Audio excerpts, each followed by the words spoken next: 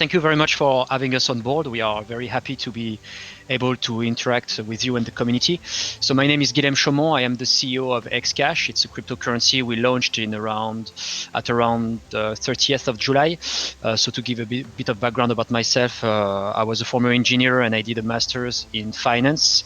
And after that, I joined the banking industry for about 2 years before starting this wonderful project we are in now. All right, I'm Paul. Also, I wanted to say thank you very much for having us. It's a really good opportunity to talk about the project and communicate with the community. So I'm also a former engineer but with a physics and nanotechnology background, and I worked in several fields like patent, research, and after that I took charge of nanotechnology solutions distribution company. And after that I joined XCash for the adventure. Nice. All right, and I'm Zachariah Hildreth, and thank you very much for having us on here today. Thank you. And basically, I come from computer science background. I have a bachelor's of science in computer science, and been programming since I was 14. I think my first week in high school I found out about programming, so I've been programming for about 14 years now. So yeah, that's basically my background. All right, so let's dive into the project here. Can you guys give us, or the viewers, a project elevator pitch? Okay, so the idea, and there are actually several, is that today when you want to pay with your credit card, just in fiat currency, you are charged a lot of fee, or the merchant is about 1 to 2%. At the same time, when you are spending your cryptocurrencies, you also have a lot of fees, up to 10%. And coming from a trading background, I quickly realized that both of these solutions were not really fair, and there was a way to really cut the spending by creating a new cryptocurrency with low trading fees and high liquidity in the market that we could easily convert into fiat. So that's how we started XCash as a payment currency. At the same time, to solve all the scalability issues that we all know that cryptocurrency are facing, we started to dig into the side chains solution, and we realized that obviously there was a huge potential for scalability here, but there was a lot more, and that's what we described more deeply into the white paper, where basically we want to enable more or less anyone in the world, ideally, to start their own blockchain, which would be a side chain of XCash. So more particularly corporates, so that they could exchange information and so on. So yeah, in 2 words, XCash is a payment cryptocurrency and also a cryptocurrency that will enable sidechain solutions for corporates. Okay. Who's the original creator behind the coin? I initiated the idea, but quickly Zach joined us, because Paul also joined me very quickly, and so I would say that we are the 3 founders of the coin, and we are the 3 main developers. Okay. So you're talking about primarily just faster transactions and lower fees. That's kind of the angle that XCash brings to the market, right? Yes. So for the fees, definitely yes. For the transaction time, not necessarily, because we have a 1-minute block. So on average, the transaction takes 30 seconds to be processed by the network. So I would say that we are probably faster than 80% of the coins at the moment, but there are obviously some other coins like EOS, even Ethereum, which are faster than us. So yeah, and for the fee thing, I just want to point out that it's very low fees. Like even if we were like a 5 billion market cap coin, we would still be under a penny. Okay. So that's pretty cool. Now, is most of the fees dealt through? I assume that someone's mining it at this point. Is this a proof of work? Yes, it is. Okay. So with proof of work, is it just block rewards that are paying out? You get the block reward plus the fees, but yes, the block reward is much higher relatively to the fees themselves. Okay. So who's your biggest competition? We'll start with on the blockchain and then see if there's any off blockchain as well. But who's your biggest blockchain competitor kind of doing the same thing right now? Well, there are several because, as you know, the payment market is huge in the real world, but in the cryptocurrency. So we can quote a few. I mean, there is Monaco, for instance. There is Graft, which technology is very similar to us. There is Stellite, to some extent. There is XRP. There is even Dash, because Dash is a payment cryptocurrency. Privacy one. Yeah. Right. Do you guys have any privacy capabilities, or is it more? Yeah. Well, yeah, we're a fork of basically. So we inherit, Ring CT. Okay. All of that good privacy stuff that all those forks get. So that's basically our privacy aspect. Okay. Are you guys planning on increasing the transaction times as well? Not necessarily, because we think that 30 seconds is almost enough for every type of transaction. Obviously, when you want to pay at your neighborhood store, it's a bit too slow. But we have a starting solution to overcome this, where we will basically validate the transaction before it's put on the blockchain. So when the transaction is getting into the mempool, we will validate it from the merchant's perspective, and we will take the risk of that transactions failing, which we estimate at roughly 0.02%. Oh, that's not bad at all. Is there a resolutions kind of a board or anything similar to, I guess, like an eBay resolutions? So if there are fraudulent charges? Yes, so exactly. So there are two possibilities. Either the transaction never gets to the blockchain, so it will simply reject it, and we can just see with the merchant if they can reject the transaction. If someone was buying goods, for instance, because it takes around 1 or 2 days to send the goods, then obviously they can cancel the transaction. But if there are fraudulent transactions, then obviously we will pay them using some kind of insurance fund that on which we put money every time there is a transaction that is made, and on which we take some fees to contribute. So it's similar to an insurance. Okay. Let's move along. Actually, you know what? Let's dive in a little bit. What would you say your primary advantages over Dash would be? Over Dash? Yeah. I think we'll be able to output a lot more transactions when the sidechain network is enabled at significant lower fees. Virtually, it will be free. Also, we'll give the possibility to have public and private transactions. I think Zach will talk about this later, but that's a very important feature we are trying to highlight, which is that we don't think that the world should be made of privacy and public coins, but I think at least we hope to find the best of both worlds by enabling the two. And of course, and finally, to conclude, compared to Dash, I think one of our primary advantage would be that we will be much more connected to the real merchants.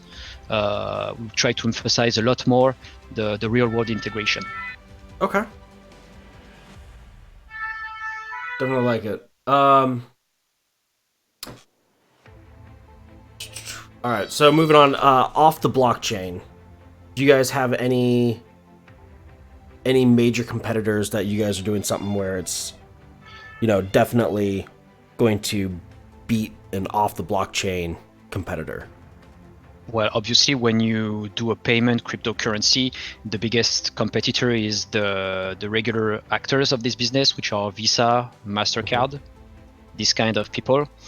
And to some extent, because we want to offer a sidechain solution for corporates that will enable to store information on blockchain technology, we can start thinking that one of our competitors are all the IT providers, cloud providers for data storing, even like Amazon. The only difference is that obviously Ours is more targeted on security and not on volumes. Okay. And you guys did mention the scalability, and I know Visa has the ability to, do thousands and thousands of transactions a second. As far as scalability on XCash, what are you guys looking at as a cap for scalability, or is there one? Well, first of all, theoretically, we can output a lot of transaction because we have a dynamic block size. That means that if you take Bitcoin, for instance, it's capped at 1 megabyte per block.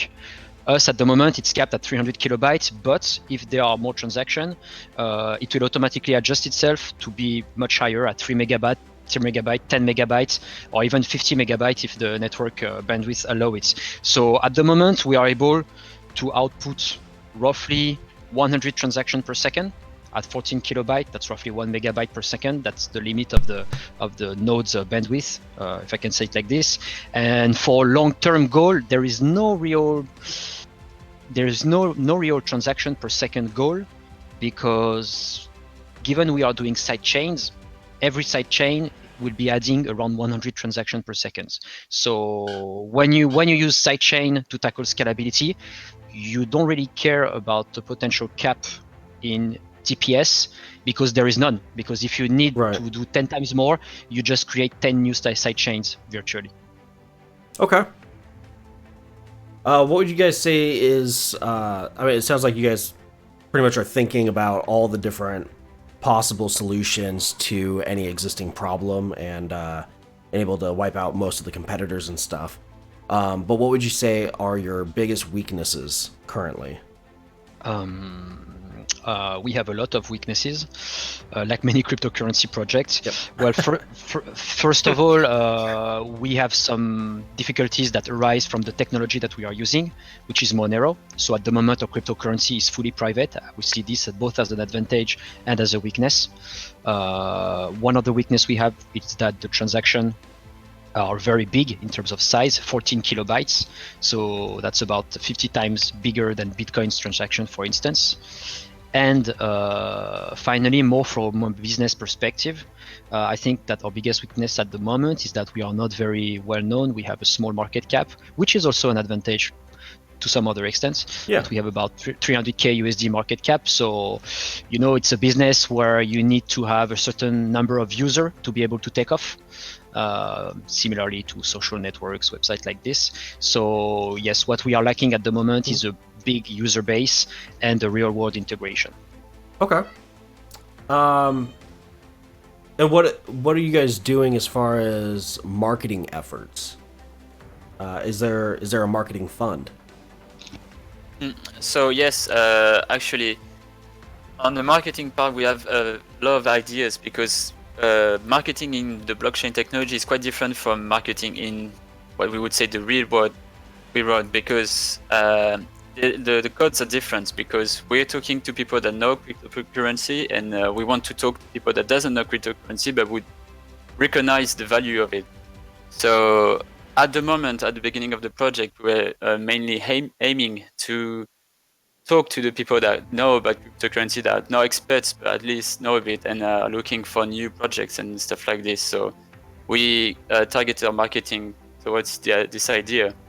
Now we're planning on actually expanding our marketing to talk to people that actually don't know about cryptocurrency and won't know anything about it, but would see the potential in it and why they would integrate it. So the marketing at this point would be more about talking and presenting to the average user or the merchants or everything. So it's we have a lot of plans for that, and actually, we have funds dedicated to that. Oh, okay. And just to emphasize on what Paul was saying, because it was very interesting. I think you know it better than us. At the moment, the cryptocurrency space in terms of user is quite limited and is going down every day. Yeah. So it's very complicated actually to talk to cryptocurrency people who's been in this business for like already 6 months or 2 years and who has seen dozens of projects. So what Paul said is very important for us. Getting the new users is more getting new users from the mainstream space, and that's what we are building our marketing strategy on, basically. Okay. Do you guys have like active marketing ads and things posted on Facebook, Twitter? Are you guys on more of social media, or are you guys targeting through other websites and doing like affiliate marketing kind of a thing? So at the moment, we plan of doing like targeted advertising at some point, but what we did first was actually targeting the, as I said before, like the cryptocurrency, at least initiate, and after that, like the ideas we have is actually expanding through teaching, basically having a conference about blockchain and explaining at the same time the blockchain, what we can do, and also our project, how you could fit inside this. So yes, actually marketing is a lot of things put together. So obviously there would be we have been working at since the beginning on SEO mostly. Okay. For that, but that was, and after that would be targeted advertising, and basically use every tool we have and every tool we can find actually. All right. And I do want to just mention, because this hasn't been said, but yeah, we are a no ICO coin, so I think that's a tool that kind of helps advertising as well, because like, yeah, personally, like, back in the height, like October, November, everybody was looking, okay, next ICO, what do I want to invest in? But then as everything started coming down, everybody lost interest in that, because it's like, well, probably just hit the exchanges and be cheaper and stuff like that. And who knows if it's a scam and all that. So I think having a no ICO starting is actually a help just right there as a marketing. Definitely. I'm going to ask some of the questions from chat right now. We'll just go back up to the top. Then we'll get back into the rest of the questions. It says, why do you decide to set the maximum to 100 bill? Okay, so basically there are several reasons, and the first one might sound ridiculous, but we like round numbers. It helps everyone understand things and calculate. When you have 10 to the power 11, it's easier to understand than something with a supply of 62 million.77 or whatever. But the real reason behind that is to see the project. I mean, to try to anticipate what would happen if the project would succeed on the long term. And we think that having a supply like Bitcoin is not very convenient, because you see it right now, even at a price of 6.5k USD, when you want to pay someone in Bitcoin, you are talking about 0.0167 Bitcoin. It's really hard to understand. Right. So we thought about where could our market cap go, and we thought, okay, maybe 100 billion. And with 100 billion supply, you end up with a coin that has a face value very close to the dollar or the euro. So it's easy to understand, because when you want to pay someone like a Uber or whatever, you would pay $12 or 10 XCash, something like this. So, but this is really for the long term. So would you be planning to do a split in the future, assume that it exceeded 100 billion, say we get into the trillions perhaps? Would this be something where you're going to be splitting even further down? Okay. Yes, that's really what we are looking into. Now we cannot do a very dynamic split, because you cannot split one day and then, I don't know what the right word is, but recombine after. Right. But yes, we are definitely looking into split if needed. Okay. Going down, TM asks, real-world integration. For, say, if I'm a painter or digital artist, will there be anything through which I can sell mine and get XCash? Yes. So this is the first thing we will be one of the first product we'll be releasing by the end of the year, which is the payment gateway. So you will be able, if you have set up a merchant website, to integrate our coin and get credited in XCash. And you will be able to sell your stuff in XCash. You will include all the API to directly convert the dollars you need into XCash, so you have a dynamically adjusted price. And much more to come on this after. Okay, is there an active API that is able to be integrated as a payment gateway for websites currently? No. We are scheduling this for fourth quarter of 2018. So we are in, and more particularly, I think this will happen around the second week of December. Okay, great.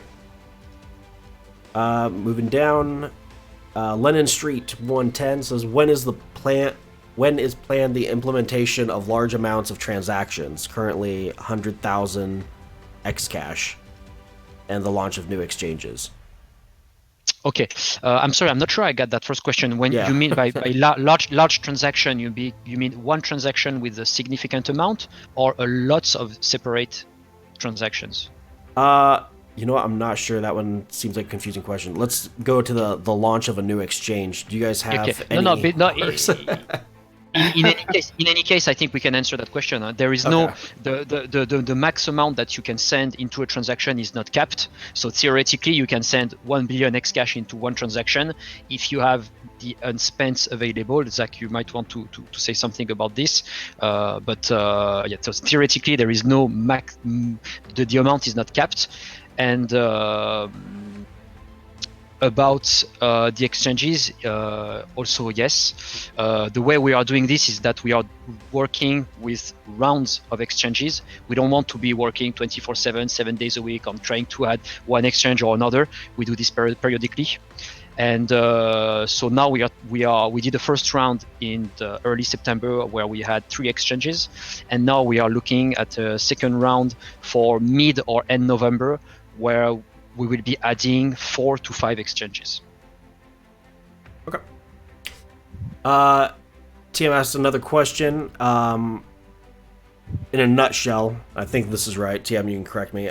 But a lot of countries accept crypto, but a lot do not accept crypto, such as China putting that giant crypto ban. Do you guys think that integrating with larger banks and institutions, similar to what XRP does or claims to do, where they integrate with banks, do you think that is something that'll be very helpful in more of a global adoption? And do you think the privacy element will actually hinder that process, since most governments and stuff will require people to report things based on the income and tax and that kind of thing, and having anonymous might affect your relationships with banks trying to stay compliant?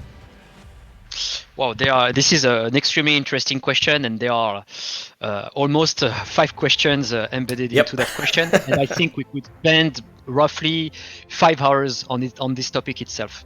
So where to start? Well, first, I just want to highlight that despite that everyone is bashing XRP, including myself, for a long time, we can still highlight that currently XRP is the only, if not one of the only, integration of cryptocurrency into the real world, and they have about 150 partnerships. So that's pretty impressive. But I do agree that the name cryptocurrency for Ripple is probably not perfectly accurate. About privacy, I think there is a misconception overall, and I have a background in finance, so I was working in a bank, so I have a few insight on this. I think there are a lot of misconceptions in general on the people which think that if something is public, it's legal, and if something is hidden, it's illegal. Mm-hmm. But today you can deposit cash into your bank, and it's a private transaction. The bank knows the amount, obviously, but they don't know where you got the amount from. So as long as you can justify it, yes, I have 10K USD because my grandparents died and they had this or whatever. As long as you can justify the payments, you are good to go. On the opposite, you could receive some amount into your bank account through a wire transfer of 10K USD, and this could be completely illegal. So yeah, that's the first thing I wanted to highlight. But yes, privacy and the privacy topic is huge into the crypto world, and especially for the adoption, because the government doesn't want you to do things hidden. So the way we see this is that we think that most of the people, they do care about privacy because they don't want their neighbors to know how much money they have in their bank account, or what they are doing with their money. But in the end, they don't care that the government can track themselves. And that's why we are putting this public transaction feature onto our protocol to allow the people to do public transaction if needed, so that they will be able to justify them more easily. Yeah, and I just want to emphasize on that, talk about it for a little bit, because that is one of the concerns I have personally. Like when I look at privacy coins, like that, I don't hold a lot of those personally because of maybe they will get banned or something like that. So that is why we are doing public transactions as well. Okay. And what that does is it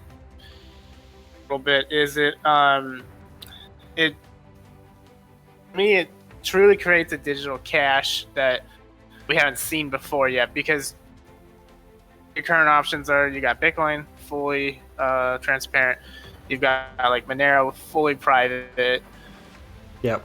Zencash, Zcash, they can do like half and half. But what this one does is it allows you to on a per transaction basis with just the same account. You don't have to have two different accounts, public transaction or a private transaction. So we think that will gain traction because you don't have to have two different accounts to do that. You can do it on a per transaction basis. You can remain private for a long time, then send one public if you want to proof or whatever. So that's basically where that is.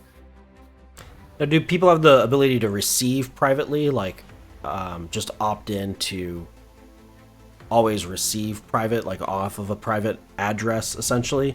Or is it only up to the sender who, like, what stuff stays anonymous? Well, mostly it's going to be up to the sender, because the sender will be the one that decides if I want to send the private transaction and they hide both us and the output, or if I want to send a public transaction and expose my XCash address, your XCash address, and the amount I sent to. There is an option.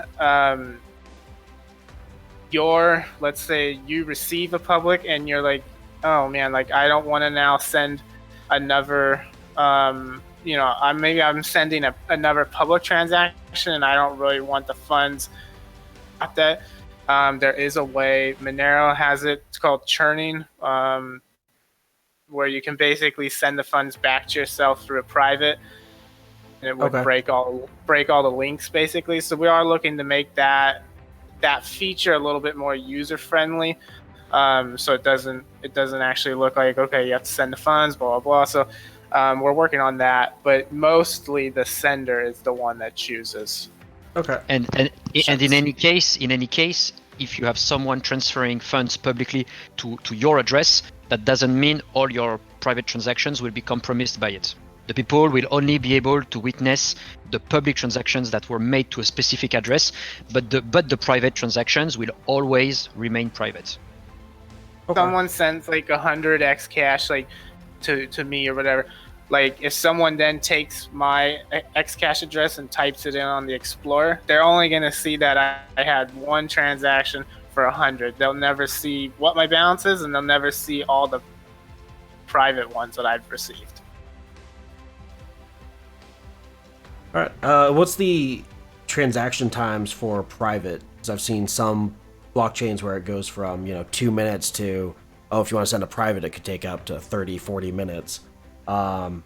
Is that the case here, or is there a much faster private transaction speed?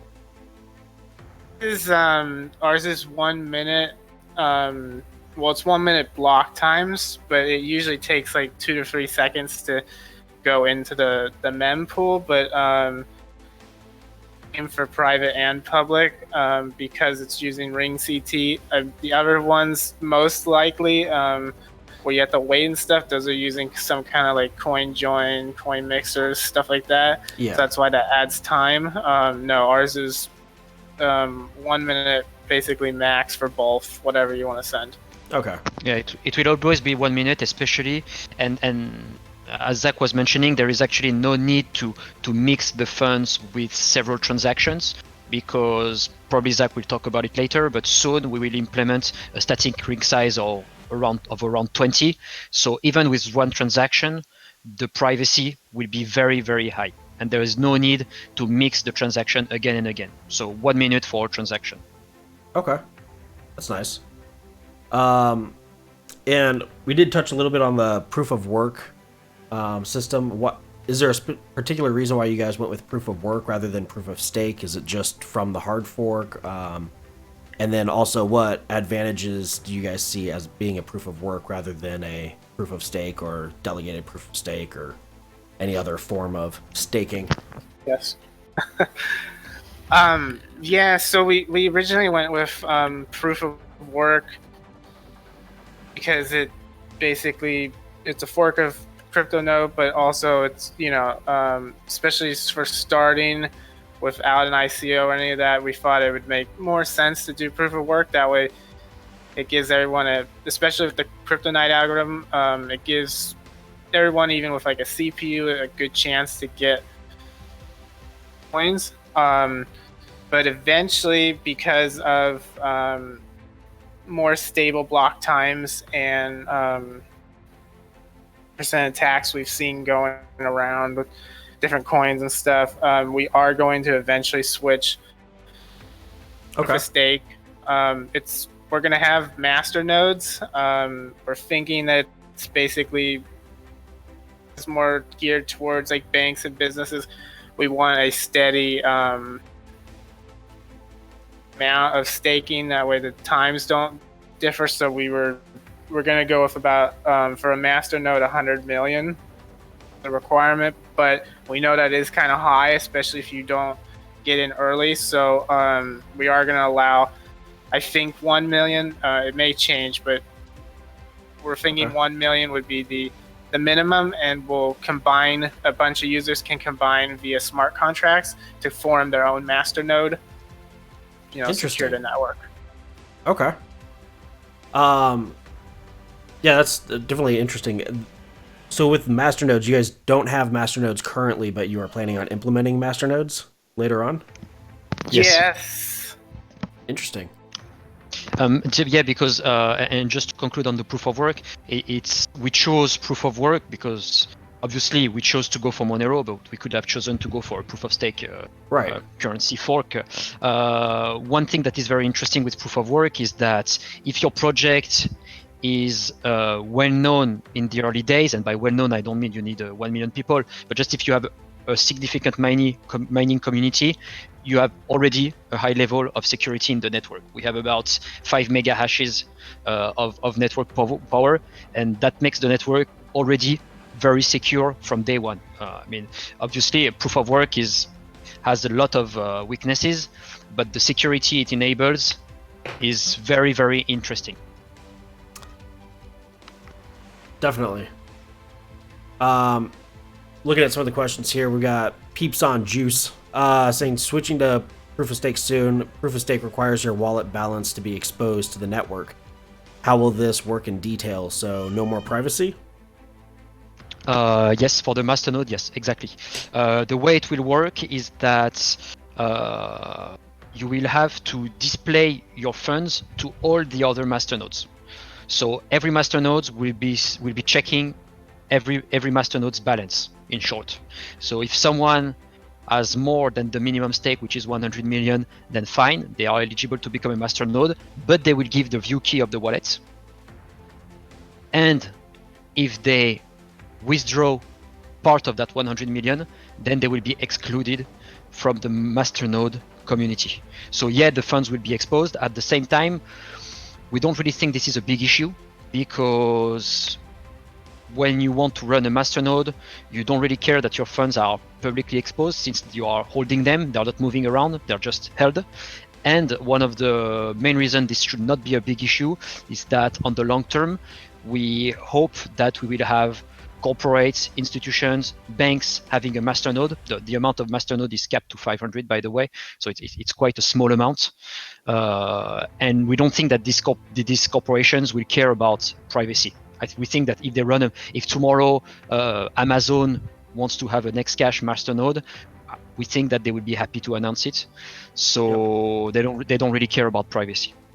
And just to add something, like yes, like for the normal user too, like let's just say like I had like 120 million XCash, so okay, like I want to do 100 for a masternode, 20 maybe, buy and sell and trade and stuff like that. Then basically, how most masternodes and stuff work, anyways, is 100, send it to a new wallet, and then give that view key of that wallet. That way, I retain, my own wallet, my own personal wallet. I don't have to give up the details. So that's another way. If someone's concerned about, I don't want to give up my view key, then you can just send 100 to a different address and give that one up instead. Okay. Yeah, that all makes sense. Now, are you guys worried about, I guess, centralization with XCash? An ASIC miner, the hot topic of today being the ASIC miner invasion, and centralization. Yes, so centralization and ASIC is a big topic, one of the other big topics. So yeah, we are extremely worried about centralization, in the sense that that's one of the big drawbacks of proof of work. It's extremely centralized, on the contrary to what we could think. If you take Bitcoin or Ethereum, for instance, only a few pools own most of the network hash rate. So to some extent, and back to the XRP topic, we could say that Bitcoin is more centralized than XRP, but this is another topic. So yes, we are worried about centralization, and at the same time, we are not worried, because our view is that we cannot go fully decentralized. For instance, the development is relatively highly centralized, but the network, indeed, it needs to be decentralized for the security and so on. So that's why the development will likely be kept centralized, but when we switch to proof of stake, we will achieve what we think is the best trade-off between decentralization and network capacity by having 500 masternodes, which will achieve consensus. Okay. Are you guys at all worried about becoming SEC compliant? Are you guys working towards compliance? Yes.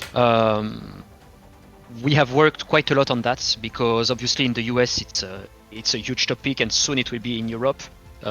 Fortunately for us, France is a very good country to launch a cryptocurrency right now, because we have a very interesting framework.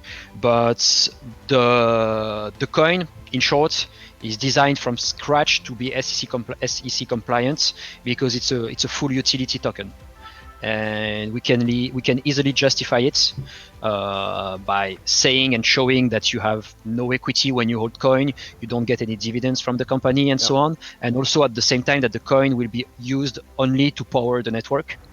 Obviously there will be a bit of store of value because of the payment system, but more particularly it will be used to run masternodes and to create sidechains. So we know that's a big issue that Ripple is facing. We are talking a lot about Ripple today, I'm sorry, but Ripple, it's a big issue for Ripple, and unfortunately for them, this topic was brought up after they were launched, so they did not have the opportunity to design the coin SEC compliant from scratch, but we are trying to. It's legal issues. It's a big topic, so it's very difficult to say yes we are, no we are not, but we are trying to go into that direction. I think most lawyers have no idea, and legal tax advisors, all that stuff, they have no idea what's legal right now with SEC and crypto. So yeah, that book is 1 million pages long, and half of them are torn out. So No, yeah, could not agree more. At the moment, it's a very blurry topic, so you cannot guarantee anything. Right. The only thing you can do is to try to look at what the SEC is saying, what has been the recent trial, if there has been any, and try to go in they want to, but it could still be possible that tomorrow they completely change their mind and they say that, okay, no, every token is not allowed, and every token is considered security or whatever. Yeah, I know that a lot of stuff has changed multiple times. I think currently it's a commodity. I'm not sure. It depends. It depends on the coin. You can have it can be considered as a security. I mean, there is a very interesting blockchain that is called Polymath that is working into that direction. Most of the token right now, the angle they go is utility. they go for full utility, like Binance, for instance, the BNB token. They try to say that the token is a utility only. But yeah, to conclude on the legal side of things, I'm honestly more concerned about China than the US, because it seems the US are still quite open to cryptocurrency. China, it's more complicated, I would say. What do you think it would take China to open up the crypto space again? I mean, this is more speculative, but it's always interesting. I'm sorry, I was not able to answer that question. Okay. Well, we'll move on. You guys didn't do any ICO. Have you guys done any token burns, airdrops, anything like that? Was there a pre-mine? Yes, actually there was a pre-mine. 40% we pretty transparent about it on our website, but out of the 40%, 20% are going to the community, back to the community through airdrops. So 1 billion every month for 20 months. So until 2020, when all the supply has been mined. So no, we didn't do an ICO. Okay, so that's why the pre-mine can seem large, but that's why we say most of the time is like, yeah, because we didn't do an ICO, we have the pre-mine is quite large, but in the pre-mine only 5% is allocated to the team and the new joiners. Okay. What's the other 25? So just to give a bit more details on the breakdown. So as Paul said, we have 40% pre-mine. Half of it, 20%, will go back to community through the airdrop program. We have 10% that is dedicated to the company and to run the development. So we just sell these coins at the market price to fund the development. We have 5% that we want to sell to private investors. We start selling these coins in around December through over-the-counter trades. So this can be seen as an ICO to some extent. Okay. The 5%, the 5 billion dedicated to the investors. But there is a minimum entry ticket of 100 million, which is about 3K USD at current market price. And then the last 5% are the ones dedicated to the team. And if we want to be very transparent, in this 5%, only 2% has been allocated to the current team. So we still have 3 billion coins that will be allocated to the new joiners. Okay. And with the private investors, is that sale going to be like a significant amount, or is it just based on a user basis? There was a problem. I could not hear your voice. There is a part I missed. So with the private investors, the 5% going to that, is there a discount that you're going to be selling those to for larger investors? Yes, okay. Exactly. So we have a discount table that based on the amount you will buy and the vesting period you are willing to hold. So to give you a concrete example, if we have private investors that want to buy 100 million coin and want to only unlock them after a period of 1 month, the discount will be 5% on the market price. And if they are willing to wait more or to buy more, the discount can be higher, up to 30%. Okay. Oh, and I just want to add for the team, for the 5%, we also have a lockup, but it's not based on time, because you know how you've seen so many ICOs where it's like 6 months, a year. Right. Ours is based on the market cap of our lockup. So like we as a team haven't gotten any coins yet from the 5%. It's based on when we hit particularly like a $10 million market cap, then we'll get 20% of it. Then when we go to $100 million market cap, we'll get another 20%. So that basically forces us to make a good product, because if we don't, then we're not going to get our, basically. Yeah. So it's an interesting aspect. We haven't seen, I don't think I've seen that anywhere from any of the coins that I've looked at. Interesting. Yeah. I was going to ask about lockup next, so that's great. No, yeah. So as Zach was saying, it's actually a very good comment. We want to align the team's objectives on the market objectives, and we don't want to sell dreams that we will become big and take out all our funds and be able to run away. No, we will get the funds if and only if, which is very, very unlikely, let's face it. We'll get all the funds if and only if we reach to a 100 billion USD market cap. Okay. Are you worried about, with a 30% discount, are you guys worried about the private investors doing a dump instantly for, even at market, say a 5-10% gain?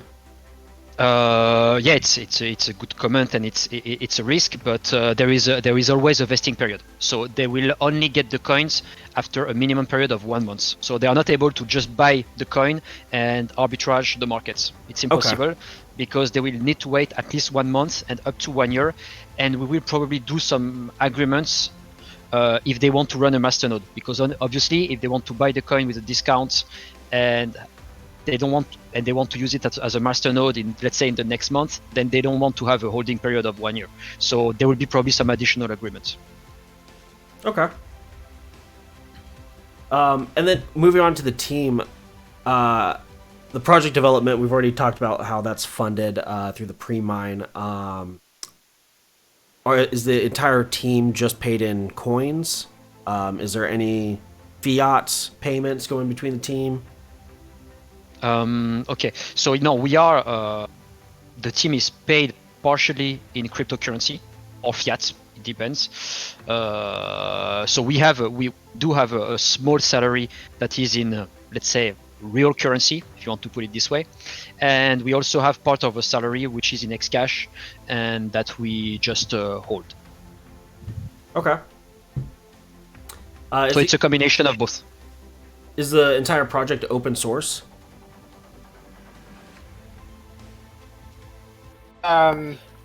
Yeah, for the most part, yes, because it's based on the crypto node, and that's based on Monero. So yeah, the actual core coin code is open source. It's on our GitHub, XCash global, so you can look at that. Some of the products that we're developing, like the XCash GUI wallet, for example, we did that from scratch. That wasn't a clone of the Monero GUI. That was a fully built from scratch in C++ Qt. So that's not open source because it's kind of proprietary. But yeah, the core coin code is, and other things we build on top are just going to be depending on circumstances and stuff, if they'll go open source or not. Yes, I mean, if you from a philosophical perspective, the best example I think would be Apple and Mac OS X. Their core base is public, but all the apps they are building on top of that is proprietary, and that's kind of our philosophy for increased security and other reasons. We prefer to keep all the products that we add on top proprietary. Okay. And how do you guys pick your staff? Is that just an internal group? Is there any kind of voting or consensus for, additions of code? How does that work? In short, it's historically speaking, it has always been most of it up to my decision. If you want to have the full history, Paul first joined me because I knew him well and I knew what his capabilities were. So he joined me, then we worked with Zach. What we always do when we want to hire someone is we don't say, okay, you will be able to join the team full time. We always prefer to make a small project first, see how they can fit into the team, and also from their perspective, it's important to see if they can fit into the team, because we have I would say a special way of working, but not in a bad way. So it's important that they make sure they can fit into that. But mostly we are looking for smart people. We don't really care about the background. If the people have been proven to be smart, then we are very open to take them, and that's also a good opportunity for us to announce here that we have 2 new joiners in the team, and they were from the community. They actually worked, they were actually part of the community for about 2 months, and then we discussed a lot with them. We saw that they were involved, and discussion after discussion, we told them, well, maybe it could be a good idea to work more with us, and so that's why now we are 5 people. Okay. Is there a contingency plan in place in the rare situation one of you dies or something like that, or the I don't know, just something happens to the you or one other person, like you and Paul, something happens. Is there a backup? Yes, there is, and no. I'm going to explain myself. So yeah, obviously all the code and things like this are shared by all of us to some extent. Some people have information that others have, but we are always making sure that at least two people have the information, because as you said it, if you die with a private key, it can be a problem, and Right. more particularly for the funds. Actually, we are holding the funds into a bank vault. So yeah, we have prepared ourselves for the worst case scenario. Okay. Right. Either that, or you end up with a nice 20% token burn. Do you guys have any? No, and yeah. Go ahead. yeah, no, sorry, no. I was about to say that, yeah, about that 20% token burn, and the fact that we have a pre-mine on the private cryptocurrency, so the people can be worried, because theoretically we could dump the coins without people noticing. It's not like Bitcoin where you could track the wallet. So that's why we are going to do one thing, and we are thinking about another. The first one, we will do quarterly audits of the funds from an independent company to show that the teams, everything we've been saying about the teams not being able to access the funds, well, we'll give quarterly audits to show that the funds are still there. And also the second thing we are thinking about is opening a view-only wallet, so that we can have a web page where everyone can track what's going on with the funds. Awesome. That would be definitely helpful. Do you guys have any of your the next milestones in place? I don't know if you guys have a future roadmap moving forward into the next year, 5 years. But yeah, what are the next milestones here? Yeah, actually we do. We have a roadmap that we decided at the beginning of the project. So if you think about next milestone, we would say the web wallet is the next one to come, which would be actually probably next week if everything goes right. And after that, it's following the we have the proof of stake switch, we have the masternode switch, all of that for the what we call it the XCash solution. But we also we've been working on expanding this actually. So when you talk about the 5 next years, because our roadmap is stopping at the moment at 2020, so in 2 years. We are thinking of expanding what XCash is actually the brand that we are going to call the X Network. That is going to comprise several products. Actually, we're thinking about having the X Bank would be basically. I think Dylan could talk more about that. Also, X Blockchain would be kind of a consulting company that would basically bring blockchain solutions to organizations. And the last one that we've been talking is the XCash payment, basically the payment gateway. So yeah, we have a lot of things planned Nice. at the moment, definitely. Now, did you say X Bank? Yes. Okay. Is that a place where you could park your coins essentially and collect interest, or? Yes, it's going to be actually slightly more than that. So we are going to release the X Bank this year, actually, because we have already started to work a lot on it.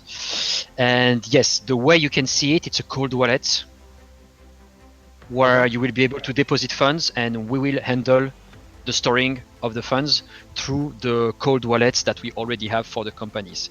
But with time, we plan to go much further. So I cannot detail the full roadmap, but in short, we want it to become an exchange where you will be able to trade XCash to BTC, XCash to LTC to ETH, and so on, and eventually an exchange where you can trade XCash to Euro.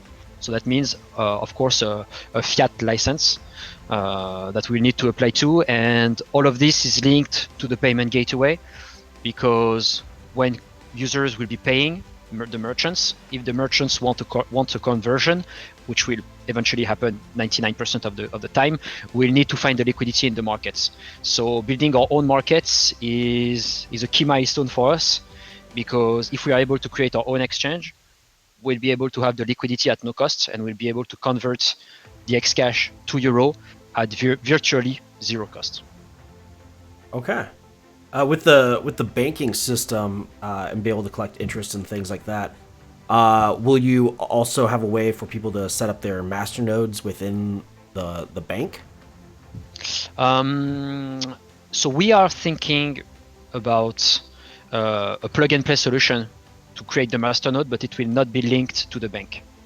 Okay. It's not very clear at the moment whether we will implement this directly in the code as a smart contract, or if we will rely on a third-party provider, because there are a lot of shared masternode services that can set you up your masternode in exchange of a fee, and they also enable you to only have a portion of the stake needed for the masternode.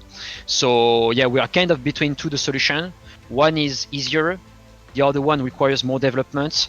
We're still looking for feedbacks of the community with what they prefer. But likely it will be a shared masternode solution at first. But at the moment, we have not planned to have masternodes within the bank. Okay.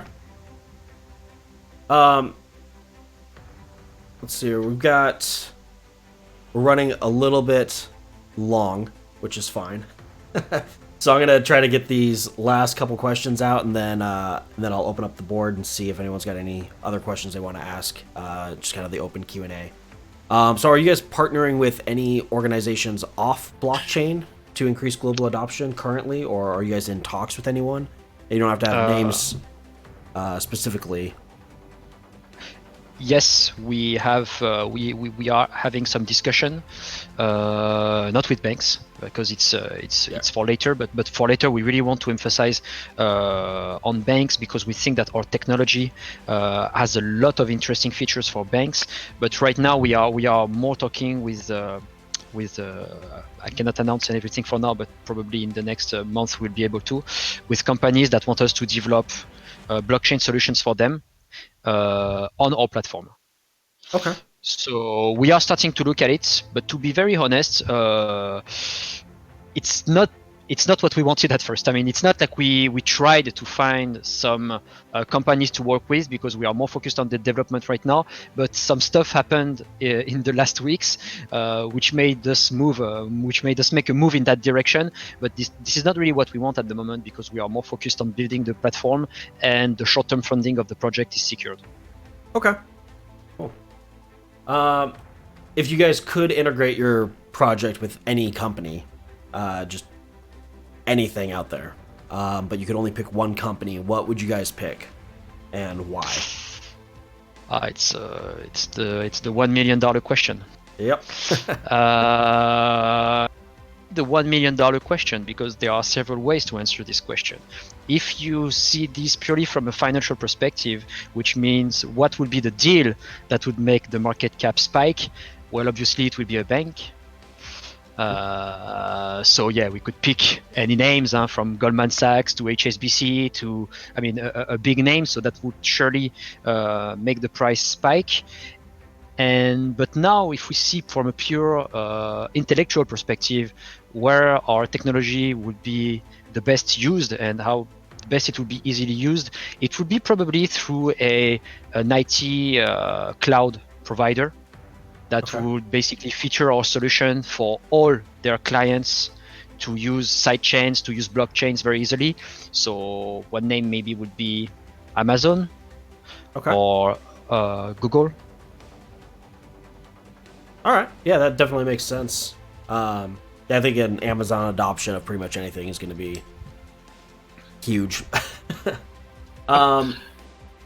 Yeah, are there any misconceptions about the coin or false information floating around that you guys want to clear up?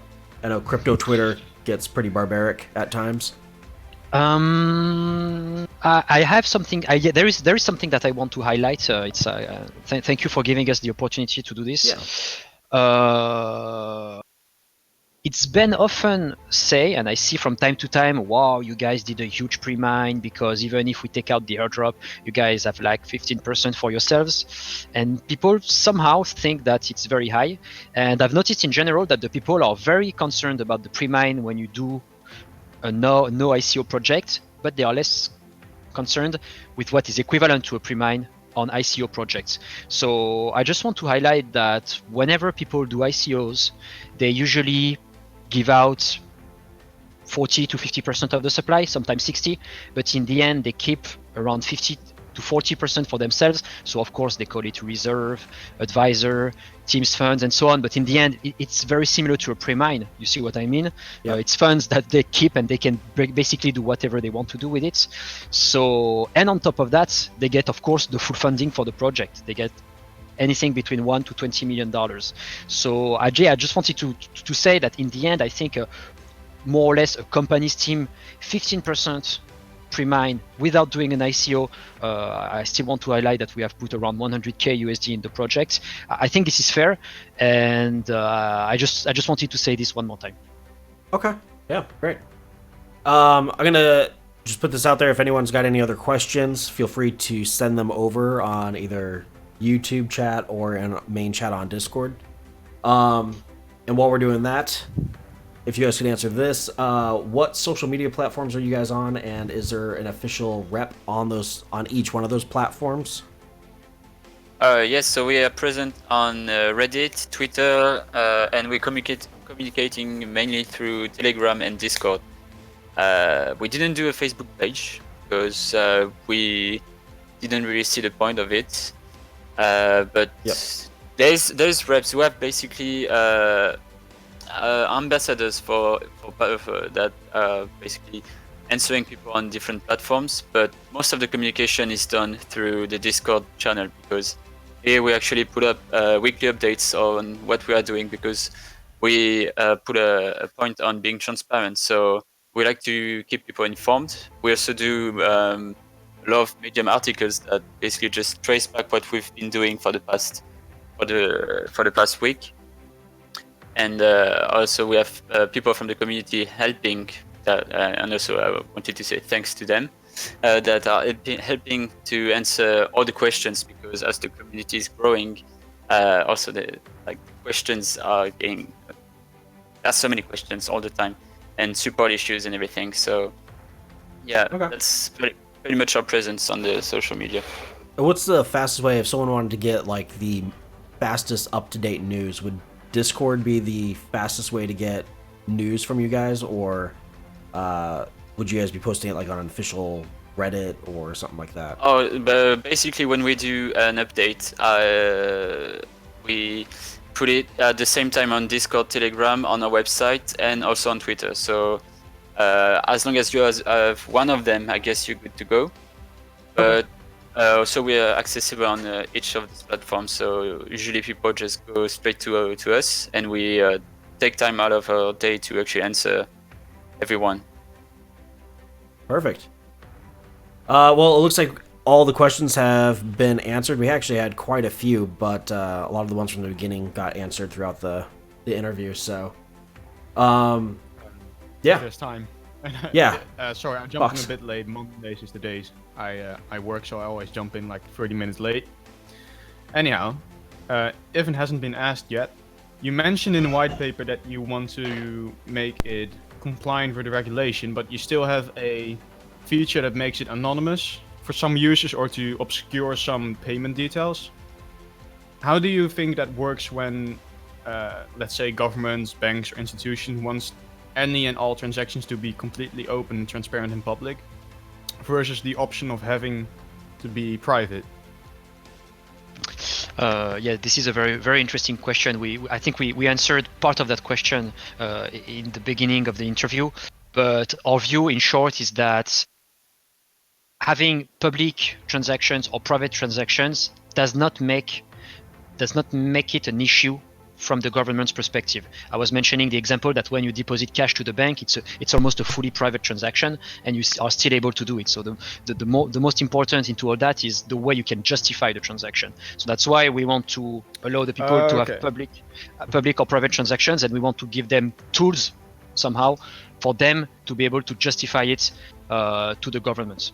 And okay, that makes sense. So you're gonna treat it like any other, let's say, cash transactions of today. That if you have a big amount, let's say like $10,000, that you have cash out of nowhere, let's say that's a private payment from XCash, then you have to basically be able to justify it to wherever you're taking the money to, maybe a bank or an institution.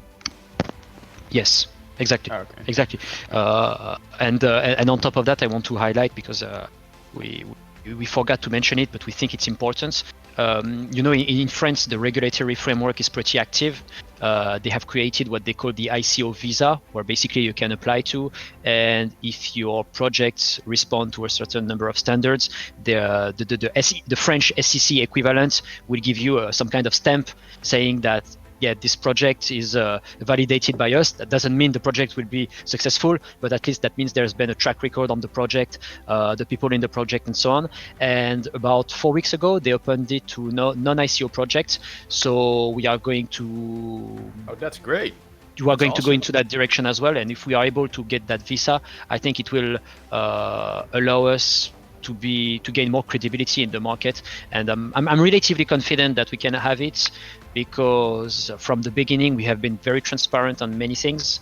So yeah, hopefully we'll get that soon. Oh, that's great. You're one of the few projects that I know that are actually proactively working towards regulation. Yeah, that's great. Well, I mean, I don't want to get too philosophical, but the blockchain technology is pretty amazing. We already know it. So what is preventing it from getting to mass adoption? Well, the reason is, unfortunately, it's not the most interesting topic in the world, but the answer is regulation. It's very complicated to buy cryptocurrency with credit cards. Many countries don't know what to do with it, so they prefer to ban it. So yes, we have to be active on regulation, because in the end, it's around 40 to 50% of the equation. Very true. I'm happy that I finally hear a project say that as well. So that's good. Any other questions? Yeah. I've got one from Lennon Street. Komodo claims to be technologically close to 15,000 transactions a second. Is it real? Does XCash team consider the number of transactions per second important?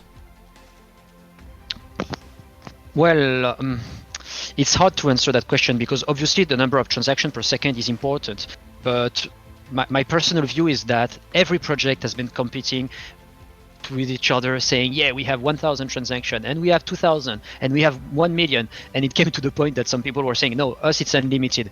So the answer is yes, the number of transactions per second is important, as long as you can match the requirements of the users of your network. At the moment, we are able to match the requirements of our network. We have planned something from when the network will grow bigger. We think with the side chains, we can easily go up to 100K. If you consider 10,000 side chains handling 10 transactions per second. So it's not necessarily something we are very deeply looking into. And by the way, you will not find on our website any metrics about that, because we think it's talking about the equation. It's probably 0.5% of the equation. And we think we are about to answer that problem in any case. All right. Well, I think that wraps it all up. Thank you guys so much for joining us. It was a pleasure having you guys. This is actually our longest podcast at about an hour and 5 minutes-ish. So thank you. A lot of good information. I think a lot of people walked away with some really good stuff, and definitely spreading some more knowledge here. Thank you very much for giving us this opportunity. Thank you for having us. Definitely. So if you want, you can post your Discord either on YouTube in the chat, or also on our Discord channel, just in the main chat. So anyone that wants to ask any other questions or anything like that, they have a way to do that. Other than that, thank you guys so much for joining. Thank you everyone for watching, and we'll catch you next Monday.